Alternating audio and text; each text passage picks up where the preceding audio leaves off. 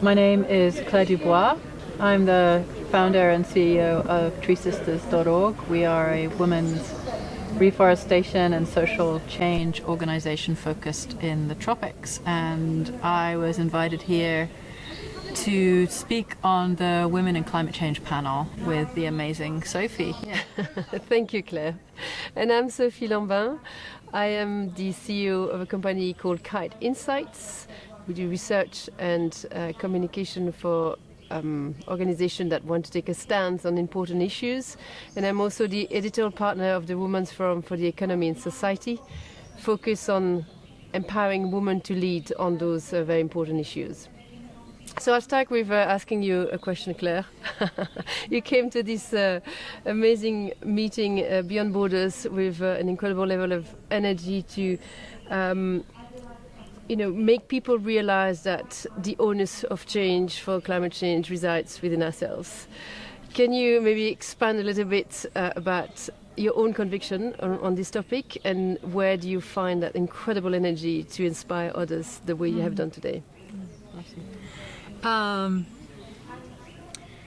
guess it's the evolution of my own journey, because I was totally socially inept, terrified, introverted, and largely a recluse for most of my life.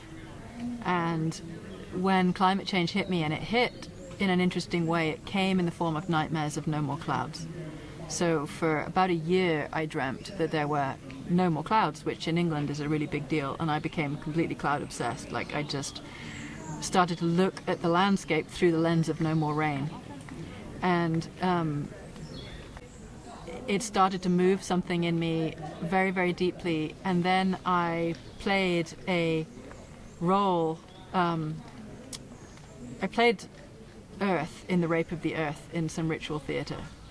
And I was raped by about 7 different people and sort of dismembered in front of a large audience as I was deforested and mined and, overfished and poisoned and all the rest of it. And while that was happening, I started to have an embodied realization of how far you can push a planet, and the fact that you can't put a planet into therapy, and the fact that once she's over the point of no return, she's over the point of no return. And by the time they'd sort of I screamed and I threw myself on the floor and I was naked, and they put me back on the chair and then they dressed me, but all the time they were doing that, I was like stone cold with shock. And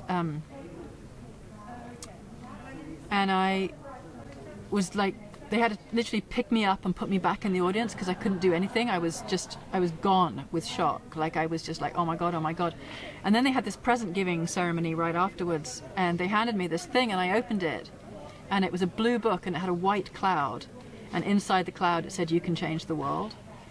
And I started sobbing like a banshee, like properly sobbing, couldn't stop, had to remove myself from the room, and then cried like a lunatic for about an hour. And during that time I got to witness the part of me going, I've got to do something, my planet is dying, I've got to give it everything I've got. And the other part of me going, you're nobody, you're nothing, you can't do anything, you'll never amount to anything, don't even try. And then I've got to do something, and no, you're nothing. And and then realizing that it was like my love of the planet was going to win, or my neuroticism and insecurity was going to win, and what was it going to be? And in the end, my love of the planet won, and I had this like hour-long tussle with creation, and in the end I got there. And that was the beginning of a trajectory where I had to reverse my introversion to become a global leader, in effect, which I'm doing now, not because I want to be a global leader, but because I seem to now, like, that switched a path from seclusion into activism, which I wouldn't have thought was possible. But because I've witnessed it in myself, and because I've had to have such a massive internal journey to go from terror before getting up on stage to now insisting that I get up on stage. And I would never have believed that was possible. But given that I know that that's possible, I believe that it's possible for every single other person. Okay, so how do you turn that experience then into the kind of action that you're now taking? Because you could have deployed that, conviction that you needed to do something so many different ways, and that's a problem with climate. A lot of people say, I'd like to do something, but I don't know what to do. So how did that process happen?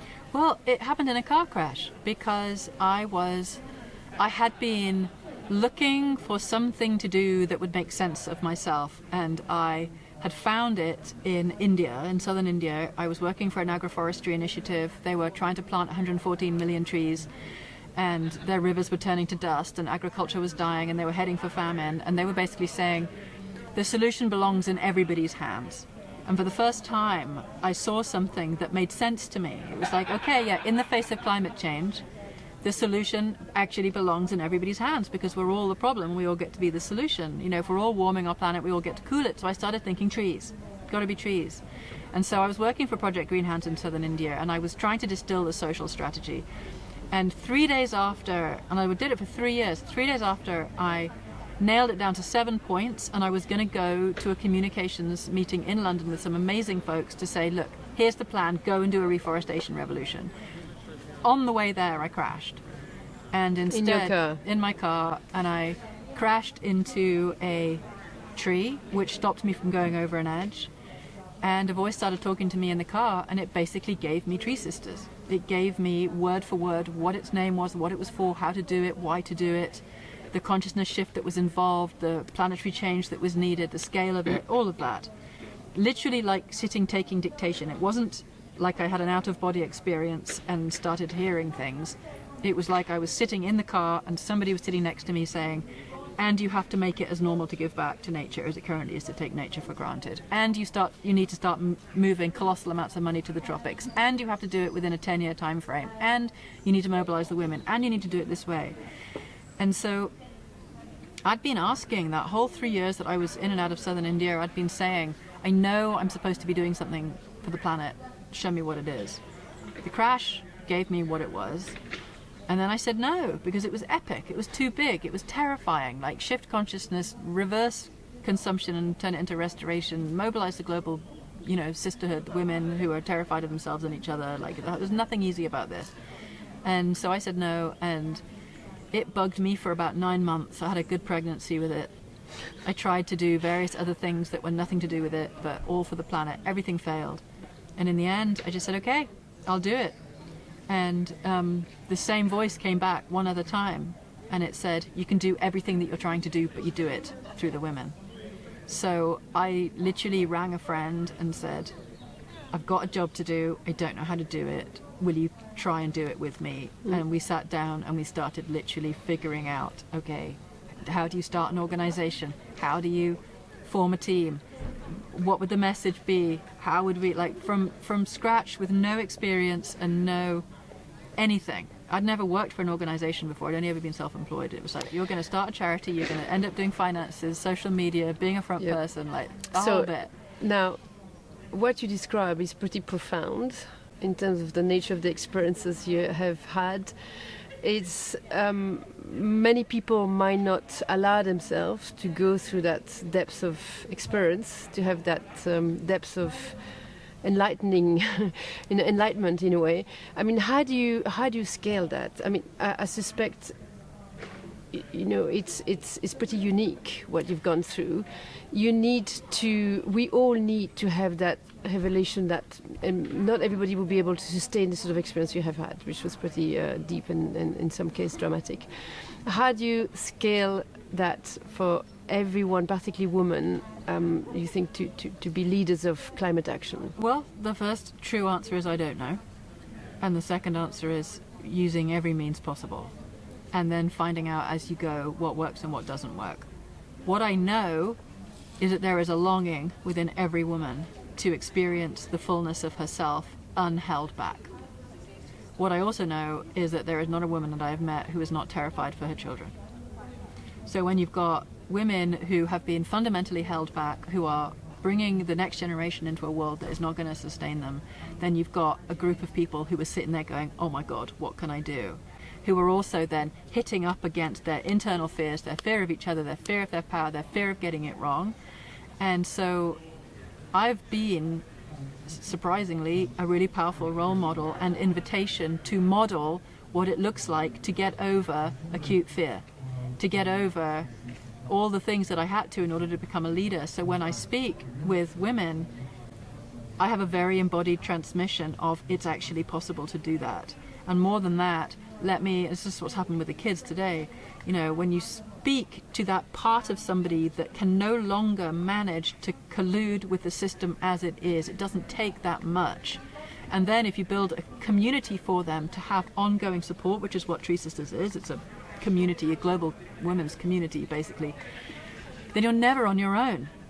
And the amazing thing for me is I'm never on my own, because no matter how big the next hurdle is, and they're pretty big in my life, you know, I have a loud life, that's just the nature of me, but it's because I've given myself. And then, you know, when I freak out, I can basically reach out to a global network who, because we're all over the world, there's always somebody awake. I'm never on my own, you know, so I get to have that support, and other women get to have that support, and then we get to basically believe in each other and support each other and understand that the stories that we've got about our limitations and our fears are completely irrelevant at this point. And essentially the things that we're most afraid of are where our greatest gifts lie anyway. And with a few really clear pointers about how to make the transition from held back to unleashed, then women are picking it up and they are trying to find their way into leadership. Now it's happened to you. You know, you're another woman who stepped into leadership. So you're another woman who has found enough passion inside herself to bring your gifts, to form a team, to do something astonishing for the world. So what happened? Yeah, thank you for the question, Claire. I think I've always been, you know, I had always had this vocation. I mean, I wanted to be a doctor all my life. And actually Stefan was talking about that earlier today. I always had this desire to help people, and I had always had this intuition that I had an ability to you know, inspire people into action. Now I'm using my tools, which through my formation is very much, you know, research-based insights that will help a certain kind of audience to connect with that reality and to be inspired to act on different grounds, different type of narrative to yours, which, you know, I connect 100% to your narrative. I don't think at this point I have it in me to be that person. And but I don't have yours. Like, I'm so grateful for you, because you sit there with the data and you speak to one part of the human being and I speak to another. And together, I think we've got it covered. Yes, exactly. But I could never do yours. Yeah, no, I mean, and I thought it was a great combination, because, you know, I wanted to cry and applaud when you were speaking, because I thought I can't do that. I can't be that person, but I can. Yeah, but you can be the you that I can't be. You can be the one that speaks to the part of people's minds that needs to have the I's dotted and the T's crossed to know that this is real. Like when I speak, a lot of times people have no idea what just happened to them, but in the combination with you, they're going to actually get the top and the tail. They're going to get the whole experience. Yeah, and that's really what we need to access, I think, the heart, the head, in a way that drives the hand, the action. and I think that's, you know, what I found frustrating is we've known about the issues forever.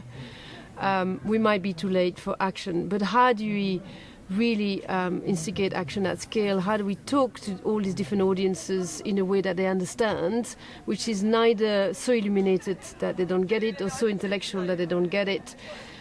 Or that they reject it because it's too much. And that's what worries me is you know, you were saying that earlier, how do we turn that key that ignites people into action, for the right kind of action as well? I mean, you decide to focus on trees, you know it's not enough, but you know it's a key part. I know you don't have all the solutions, but where's your thinking as to how do we expand what it is that you do? What do you see around you that works above and beyond what you do? Oh, I mean, Extinction Rebellion right now is absolutely crucial, because we've got herd mentality going on. Herd mentality, you know, like the lowest common denominator of blanketly accepted denial, modeled perfectly by the governments of our world, are like an excuse to basically continue on as if the tsunami isn't bearing down on us. Now we've got, luckily, Extinction Rebellion, who are, they're being a wedge in the door of denial, and they are collectively alchemizing through themselves, which is no fun for anybody. The collective denial and the refusal and the desire to just say, no, it's not happening, and somebody else is going to save us, and like all of that thing that just says, you know, no. They're just standing there as this stubborn yes, and then, you know, that last action that they did where it was 2 weeks long, if they'd done a week, it wouldn't have worked. But everything started changing in the second week because they would not give up. Yeah. And so that, to me, is like, and what you start to see with more and more people coming into Extinction Rebellion is people going, oh, you mean standing up for something that I believe in is okay? Oh, you mean, you know, the herd mentality is starting to break down, and actually what we're going to see is the new herd mentality is going to be disobedience and exactly, and then from the disobedience, I said that wrong, disobedience will be the solutions orientation that says, if you're not actually taking action, if your business isn't changing, if you're not actually doing this in your school, why are you not? Because what that symbolizes is a complete disregard for the next generations. Yeah. So we're going to have a flip. We're in the flip. We're in the beginning of the flip, where I think we're going to see a cultural shift in the next couple of years that is breathtaking in terms of what is an appropriate way to live as human beings and what is a completely, you know, dinosaur version of an outmoded paradigm that has only got one future, which is done. It's done. And those of us that are strong enough in our conviction to stand in a new paradigm that we're claiming, even if we don't know what all the answers are, feel like if we make a commitment to a future that is the kind of future that is actually appropriate for a living species on a living planet, then we're going to find ourselves surfacing the solutions through our collective intelligence. And it's going to have to be collective intelligence, not just a few white men sitting on their pedestals, but actually the collective intelligence of man, woman, and child in relationship with nature, because we are a holistic consciousness, a whole consciousness that has within it the solutions needed for it to thrive if we listen. Yeah. I mean, it's really getting to that sort of wartime mentality. You know, everybody has a part to play, Yeah. and an element of, you know, thoughtful civil disobedience. This is clearly a difficult word to say. Is, I think, increasingly people think it's okay, and it's okay to question. Government have been clearly utterly inept in their ability to design solutions because they're too worried about their electorate. So I think the rebellion is really hopeful. I mean, the question is how this movement is going to be able to construct itself to remain credible, and they've done a very good job so far. So that gives me hope, and it seems to me that, I mean, I said in my talk earlier that, you know, maybe climate change is the crisis that will not only enable us to collectively deal with that big crisis, but also redress the status of women in society to the extent that women can drive it. I mean, is that something that resonates with you? You know, certain trees, their seeds have to burn before they can propagate. So a redwood, their seeds have to burn. You know, unless you have fire, unless there is apparent catastrophe, that rebirth can't happen, that newness can't come. Unless there was a crisis, unless there was something that fundamentally reflected back to us as humans that the way that we're going now is unsustainable, we'd just continue. There'd be no challenging the fact that we have an economy that's based on the death of nature. There'd be, you know, we would just be continually fighting the same, we'd be going in the same direction over the same cliff, and we've created a circumstance which basically tells us we can't do that anymore.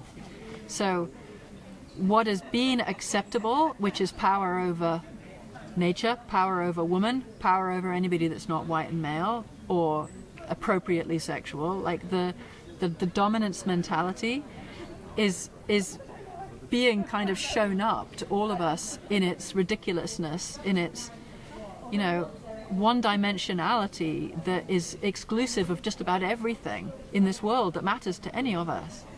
So this is the chance. I mean, I keep saying, why would the feminine rise right at the last minute if it's just catastrophe? I don't believe that it would. I don't believe that the great intelligence that's running the whole show would leave it to the last possible minute and then we're screwed. Like, I feel as if there is a fundamental flip in human consciousness where we challenge authority, where we challenge what we've been indoctrinated with and conditioned with, and are actually awake enough to be able to start questioning all of it and saying, this is not aligned with my values, this makes no sense for my children, this is not an appropriate way to live. How do we live? I think we do have enough humility to acknowledge the fact that this isn't it. Right. And that out of that there will be multiple rebirths as humanity redefines and recreates itself. So there is no time to lose, but there's still hope. I have to believe that there's hope. I mean, if you know the science, pretty much you could decide that there isn't, but science is just one dimension. There are multiple other dimensions of reality that we have no comprehension of. One of those is what actually a woman is. But you believe in the science? I believe in the science because I understand, you know, if this melts over here, the sea level's going to rise over there, and nobody's going to stop that. You know, if you burn this forest, that carbon is going into the atmosphere. If you burn these Siberian peatlands, that carbon is going into the atmosphere. If we're all basically dealing with this by shoving on our central heating in the freezing cold and our air conditioning in the heat, then all we're doing as the extremes get more extreme is pumping more carbon into the atmosphere. That's just science. And then there is the reality of what can happen at the level of consciousness that we have no comprehension of because we don't understand what we are or how to be with our own consciousness. In there is a complete mystery which the indigenous people understand and which we need to learn.